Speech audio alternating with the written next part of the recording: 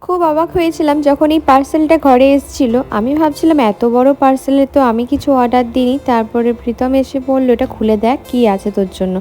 প্রথমে ভাবলাম একটা বড়সড় প্র্যাঙ্ক করছে আমার সাথে। তার কারণ এইভাবে বক্সের ভেতর বক্স রাখতে আমি অনেকজনকেই দেখেছি। তারপরে যখন জিনিসটা বেরোলো তখন আমার মনে হলো যে না চলো, প্র্যাঙ্ক আমার সাথে হচ্ছে না, অন্য কিছু হচ্ছে।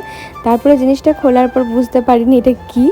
আমাকে তারপরে প্রীতম বলল সেট করার জন্য। যখন সেট করলাম তখন বুঝতে পারলাম জিনিসটা আসলেই কী আর কতটা ঠিক সুন্দর লাগছিল জিনিসটা লাস্টে সেট করার পর। তোমরা তো অনেকেই আছো আমার মতো যারা ঘর সাজাতে সুন্দর করে ভালোবাসো, তো তারা এই জিনিসটা একটা কিনে রাখতে পারো, খুব সুন্দর লাগবে। তো জিনিসটা দেখাচ্ছি, দাঁড়াও তোমাদেরকে।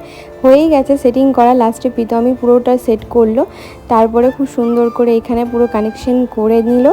তারপরে বোর্ডের মধ্যে এটা দিয়ে, এটা হচ্ছে ফ্লোর ল্যাম্প। আর দেখো কত সুন্দর লাগছে, পুরো বাড়ির লুকটা চেঞ্জ করে দেয়।